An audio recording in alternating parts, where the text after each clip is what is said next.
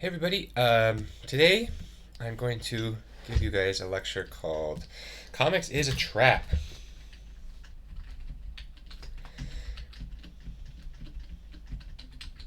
Um, I've been kind of aware of this for a while, but recently it's just become a lot more stark to me. I don't mean to if you're a young cartoonist wanting to get into the field, this is not meant to disparage you at all. It's meant to encourage you to do what's important. And I think that this talk will actually help you be a cartoonist rather than hinder you from being a cartoonist.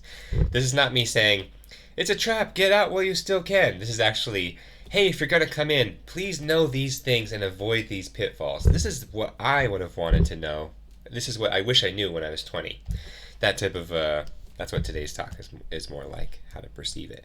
And if you don't draw comics, well, sit back for the ride. It'll be, I think, a pretty fascinating insight into a very popular medium. Uh, I have two big ideas I want to cover today. One is the medium itself is a bit of a trap, and two is that the industry is a bit of a trap. Sorry for my stuffy nose. I've got some allergies today. But first, I'd like to talk a little bit about my own privilege as an artist. In some ways, the reason I'm a cartoonist today is just because I worked really hard.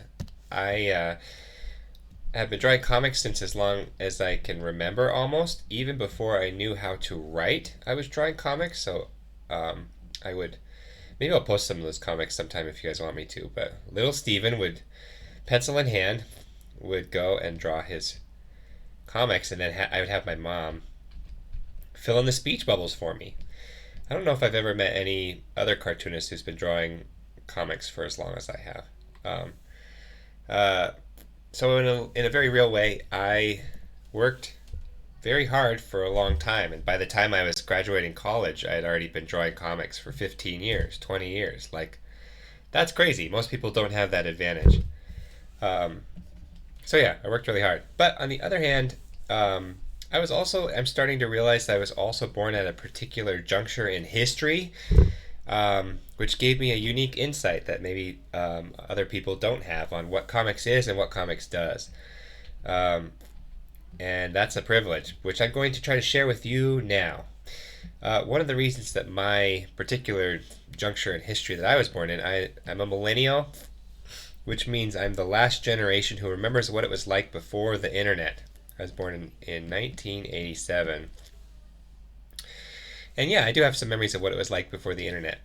I think we got internet in our house maybe just before 2000, maybe around the 2000s. But I remember it popping up very definitively when I was in high school. So my childhood was spent without the internet. Then the internet came. Uh, what's a better way to define these?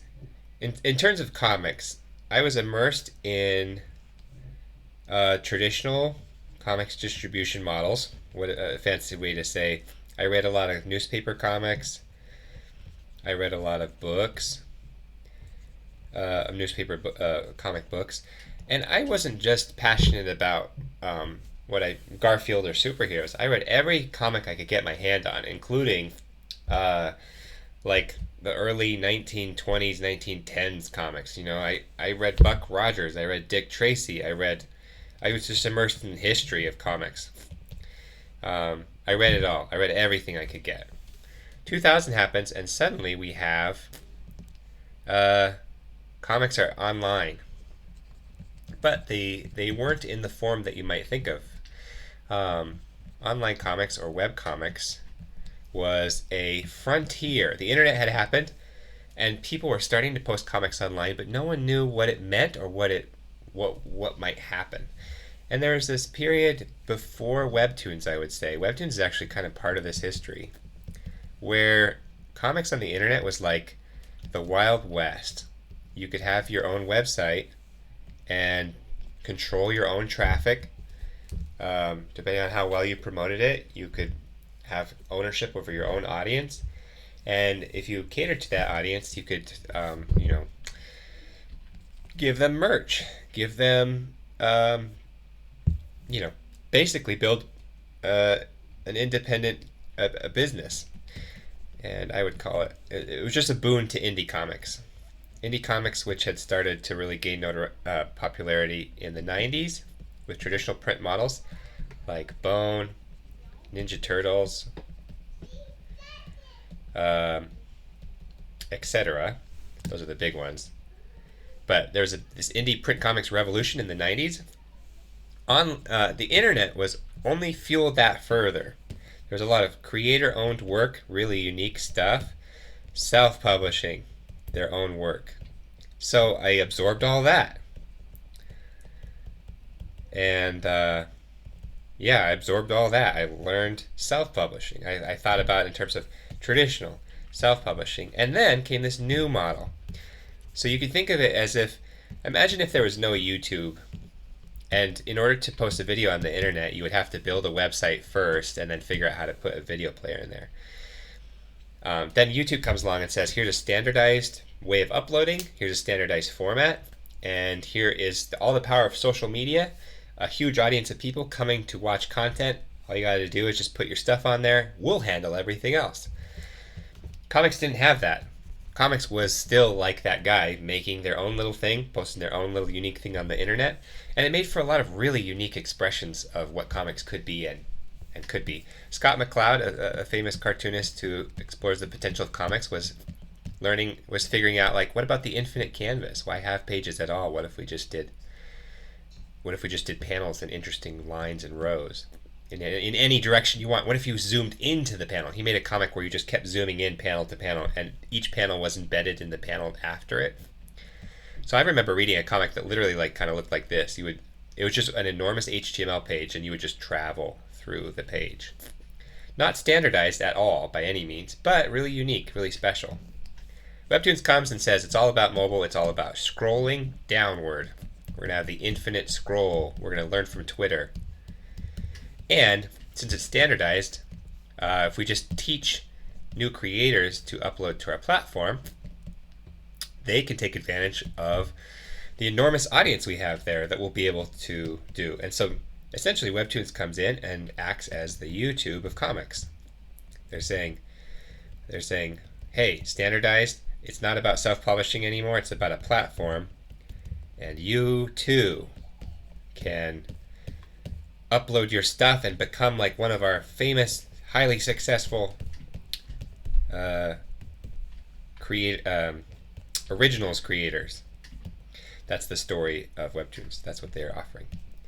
So how unique is that I was born in this era where I could see this old school, this interim period, and the modern stuff, which has allowed me to really avoid a lot of traps in a lot of ways.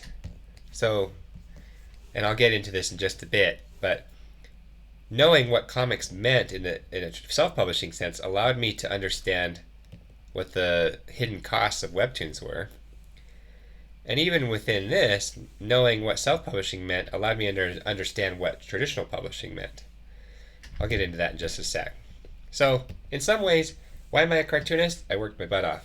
But in other ways, why am I a cartoonist is because I was extremely privileged to have lived in a certain period of time where I got to see a lot of just expressions of what comics is, and it's given me a highly nuanced, detailed view of the medium. But before we get into all that, this is more of a preface for the industry, helping me understand the industry. That is, it's a helpful story just to give you some of my backstory. But before we get into all that, let's talk about comics as a medium. Why is comics as a medium a bit of a trap?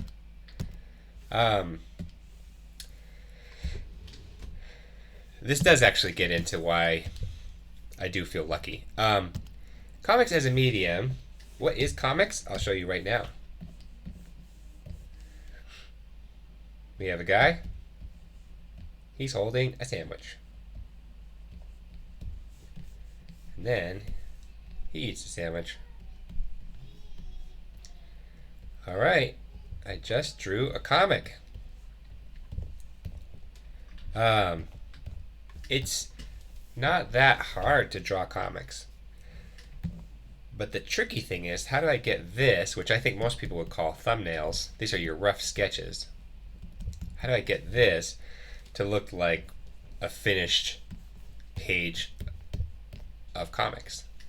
There's a lot of other steps involved, including penciling, inking, coloring, and then I would also say a big step is formatting your comic in order to put it online, and promoting it once it's done. Once it's up there, you want to get people to look at it, right?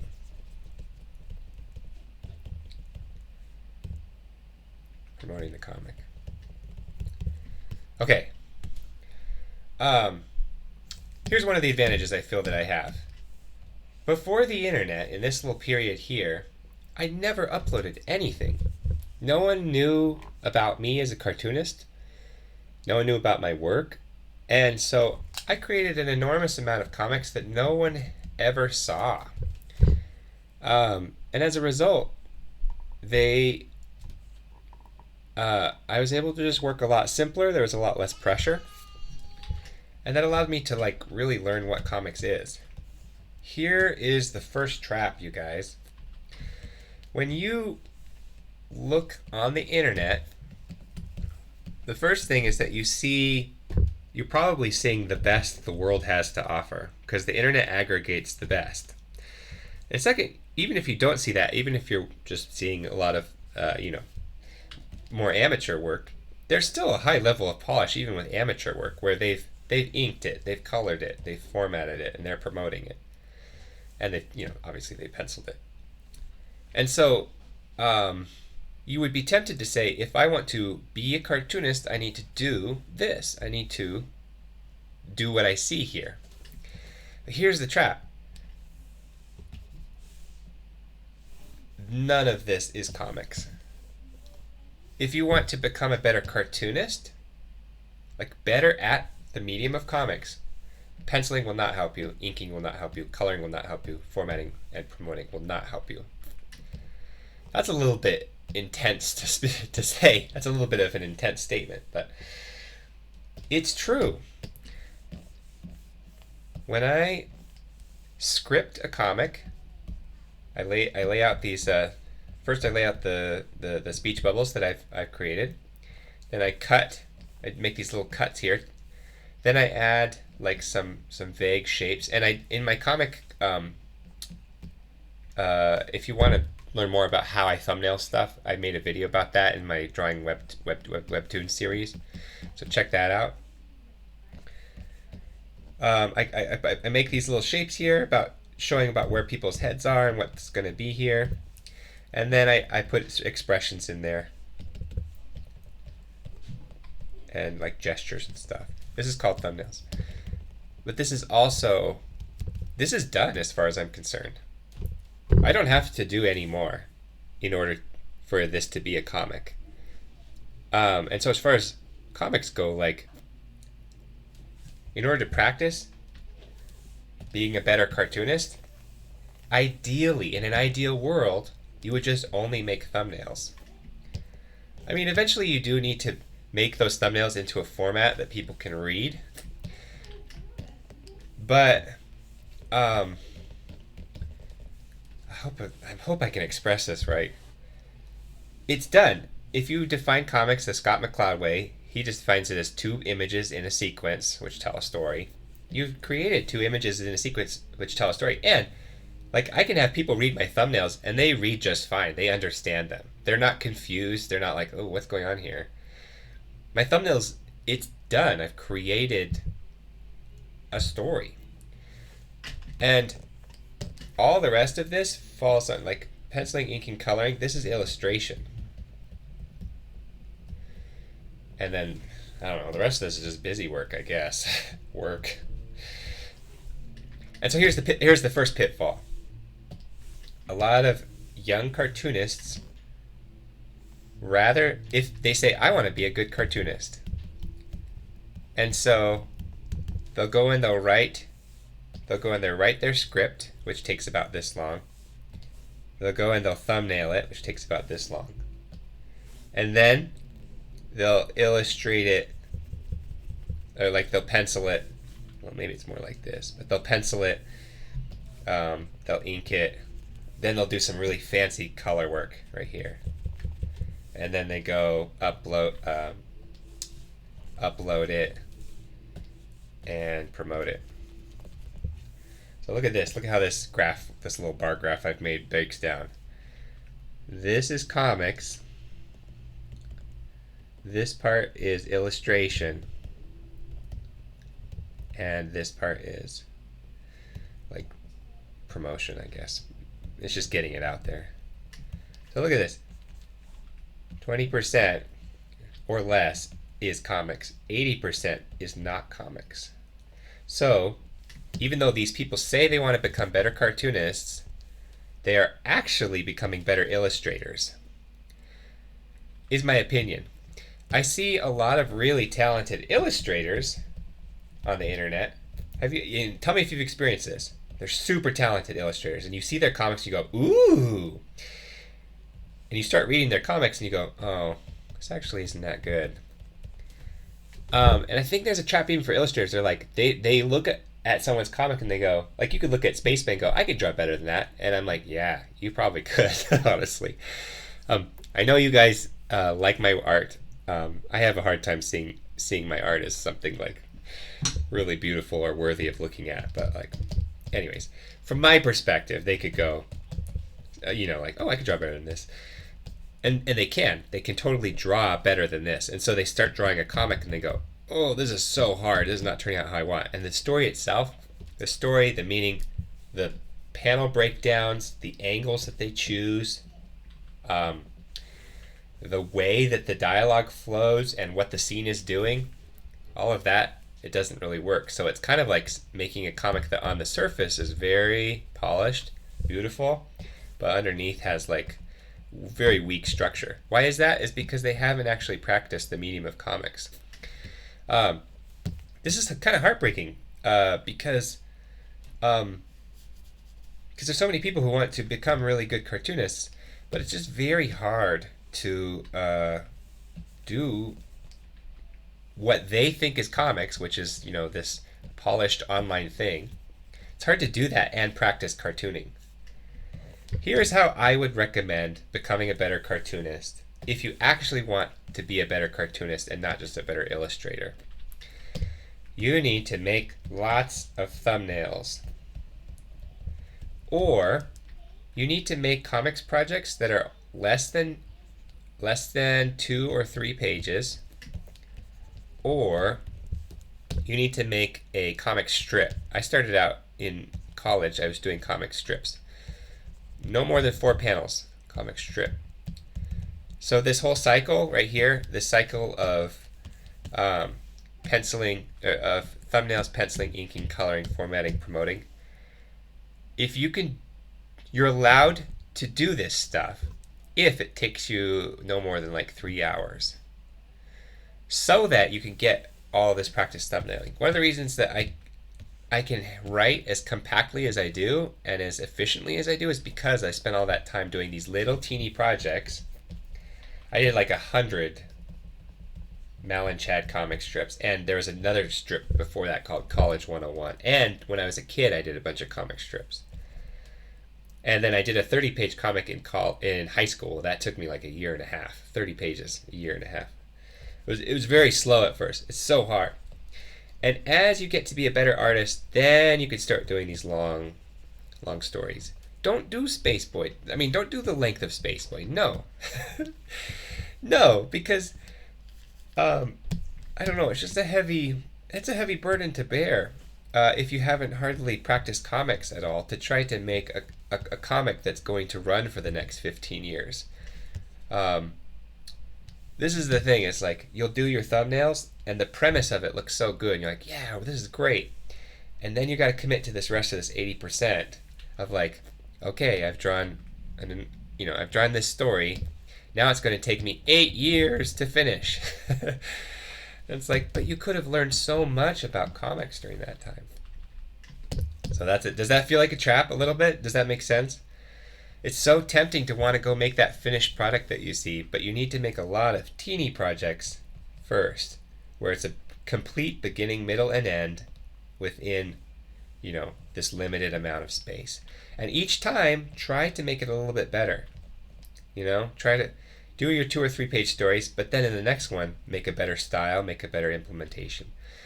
Do your comics, keep it black and white. No need to color that stuff, because coloring is a job that you can eventually hire someone to do. I can never hire someone to make thumbnails for Spaceboy, though. That'd be impossible. Thumbnails is at the root of why it's my value as an artist, my ability to create the stories, and the comics. Within that, there are other subsets of skills, which is another reason comics is a trap, is because it appears to be one medium, but it's actually multiple mediums. It's screenwriting. It's composition / cinematography. And there's other things too, even within this illustration part. You have costume, set design. You have lighting, color, etc. But these ones here, screenwriting, composition, cinematography, to make these good thumbnails, yeah, you have to learn like 20, 30 different skills. I even use sculpting, you guys. I sculpt a lot of stuff as assets for my comics. So that's just an enormous amount of skill sets. And so there's so much stuff you could be distracted by as you're trying to make good comics, as you're trying to create a message that matters for people out there in the world. So what do? We gotta just create thumbnails. Pretend it's the 90s. Pretend there's no platforms on there, there's no internet, there's no distractions, there's no one to upload it to, and share your comics just with anyone you can do in real life. Don't share it online. Make comics for your friend. Make comics for your mom. That's how I would choose to grow as a cartoonist if I was avoiding the trap of this medium. Okay, part 2, the trap of the industry. And this will be my final point. How are we doing on the length of this video? 22 minutes. You guys, I am notorious for going way over time. Okay. The industry is also a trap. Why is that?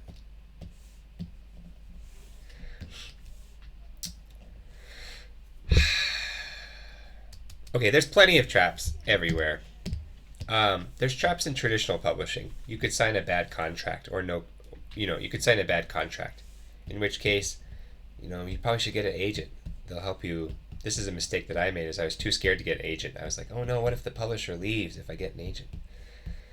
You need an agent in order to help you navigate these contracts. So every industry and every part of the history here has had different traps. But I want to focus on the traps of the modern platform model of distribution.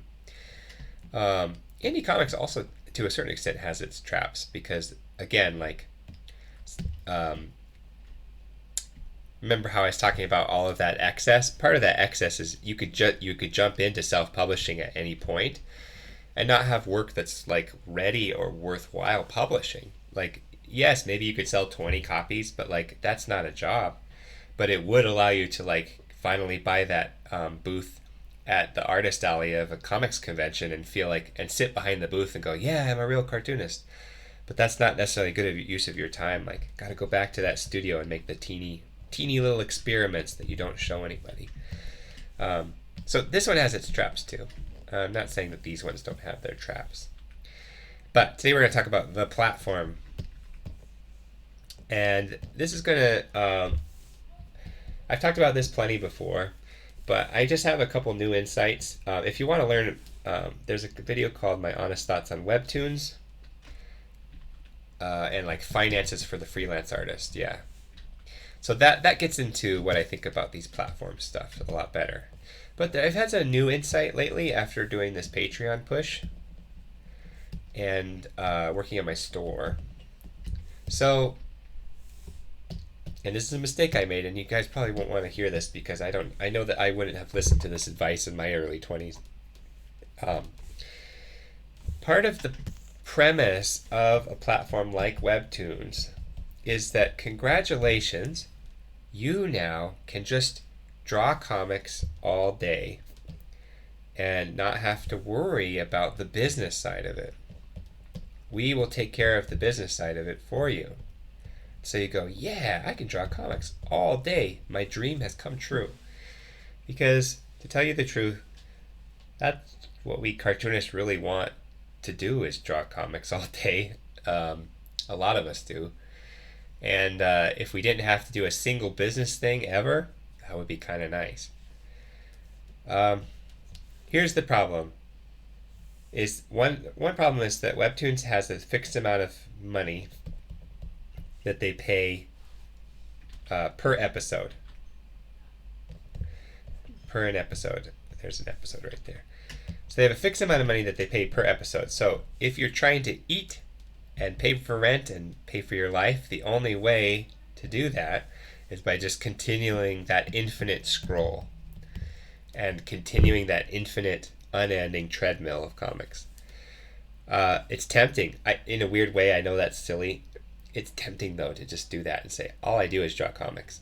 And I love it, because this is what I wanted to do when I was a kid.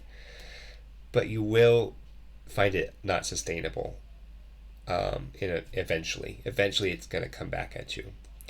My evidence for this is I have focused on creative sustainability for a long time. I wrote a book about it called The Art of Being an Artist, which you can read on this Patreon. And as a result, because I was from the beginning focused on creative sustainability and keeping my energy up, eventually, I wasn't super good at this at first, but I've learned to take breaks, to hire help, and again, it's a privilege that I'm even in a position to hire help. But because I've had an eye on this, Spaceboy is, I would say, apart from the funny comics, the ones that are shorter ones, like Shenanigans comics. What's his comic's name? Blue Chair. Apart from Blue Chair, Spaceboy is the longest running English language webtoon series. I think that's true. A lot of other comics that look a lot better than mine and have way bigger audiences have ended. And I sometimes wonder, is that because it wasn't sustainable? Also, they might have had shorter stories, so that's not exactly fair.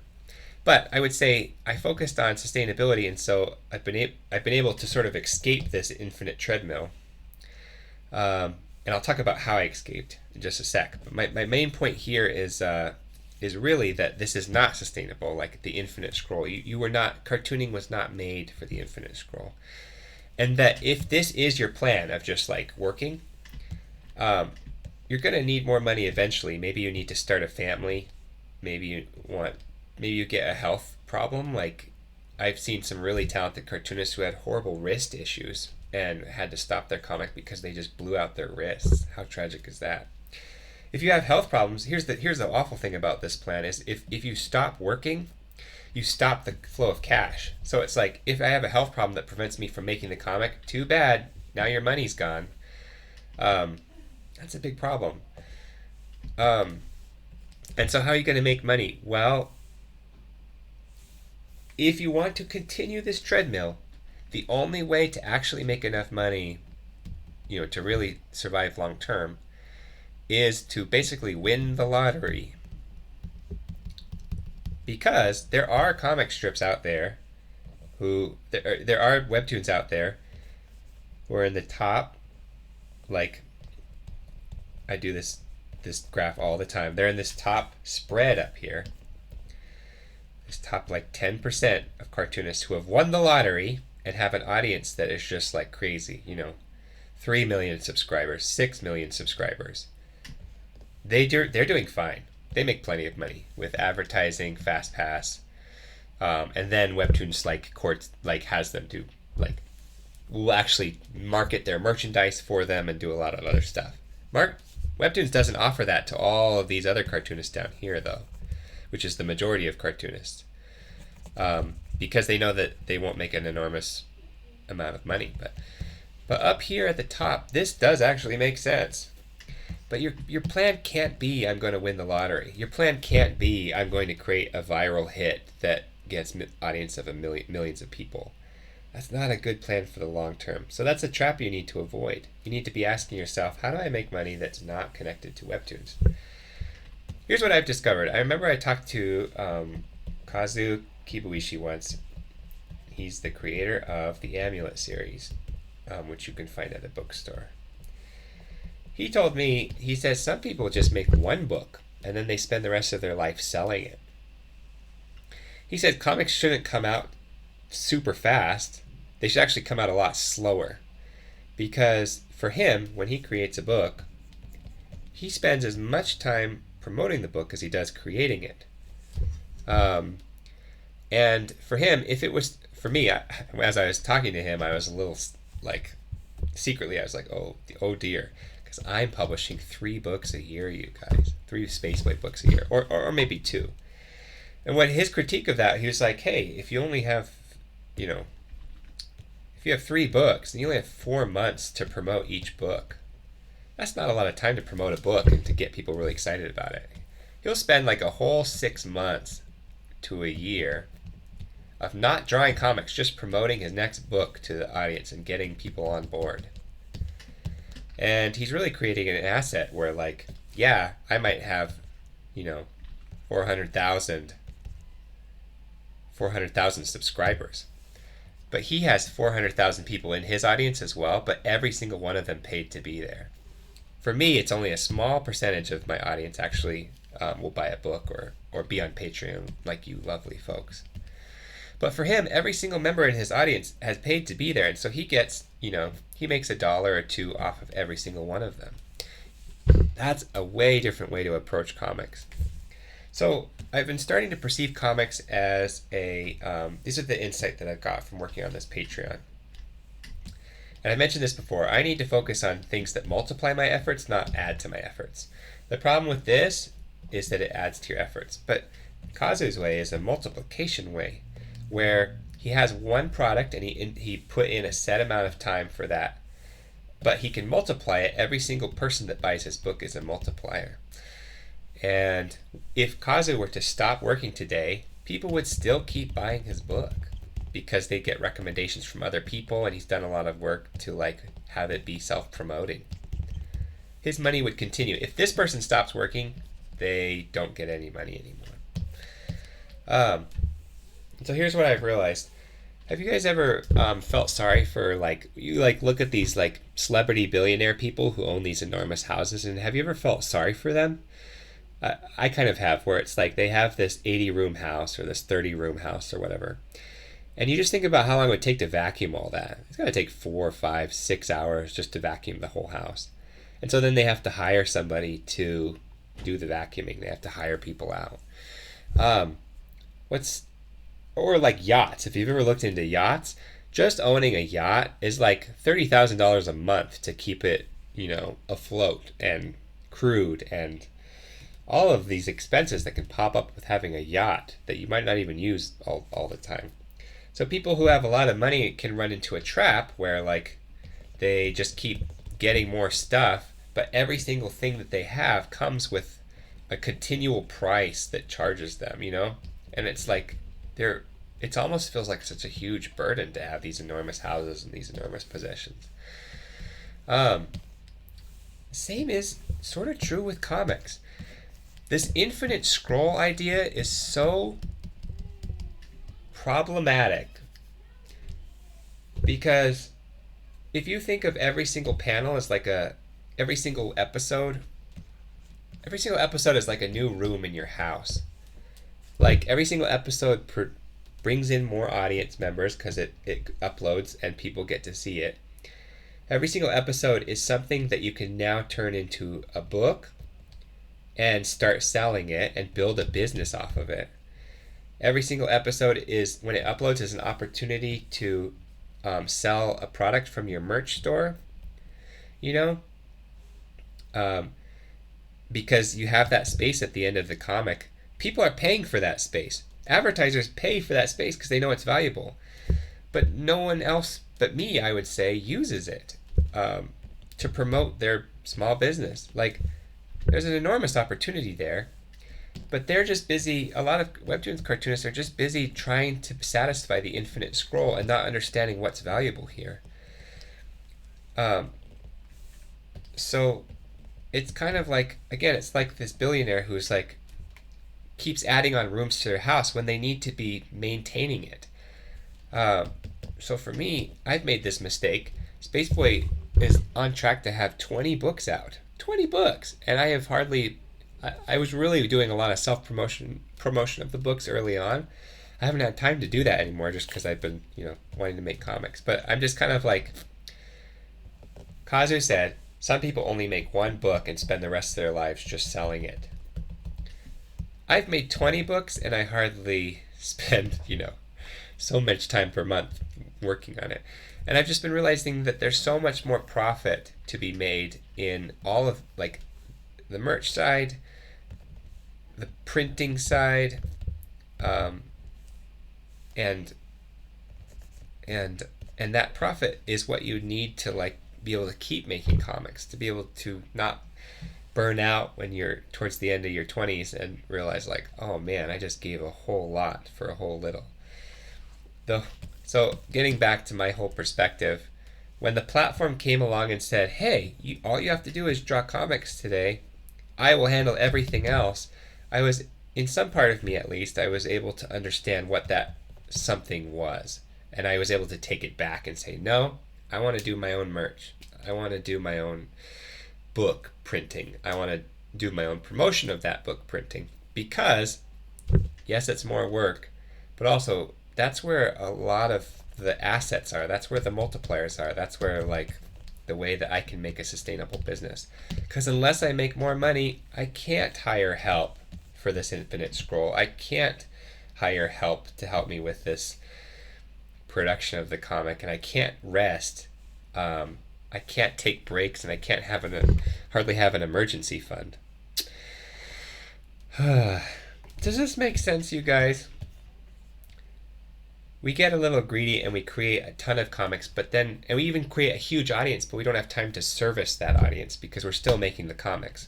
I get a lot of emails from people asking, hey, I would really love to buy some merch. And I was like, I'm ignoring an opportunity. People want to buy stuff. I need to serve this audience by creating Spaceboy products. So I've opened up my store and I have a lot more stuff in there now. But in order to do that, I had to stop making comics. I just stopped making comics for a while and go work on products. Those are the two traps that early cartoonists can fall into. First, they misidentify what is at the core of comics, which is just thumbnails. If you want to be a better cartoonist, you need to only do, you need to primarily be doing thumbnails. Or something that's similar to a very short work with a clear beginning, middle, and end. So they misidentify what is comics, and they get sucked into all of the ancillary things. And the second trap is they misidentify where the money is in comics. The money is not in making the comics. The money is in making products. And that product can be a book. You make the comics to make the book, but then you have to go sell the book. The products could be merch, but then you have to go sell it. So if you misidentify how money is made in comics, it'll be a big trap, because there's plenty of people out there who will step up to say, hey, I will make that money for you. You can make the comics, I'll make the money. And you go, no. And there's a problem when you misidentify what is at the heart of what comics actually is. So don't fall into those traps. I hope that helps you if you want to be a cartoonist today. And if you have more questions, if I wasn't able to articulate this in a way that's understandable. Like this looks like math gibberish to me. So if it's hard to understand, leave a question in the comments, and I'll try to answer for you. Thank you guys so much. I will talk to you soon. Bye.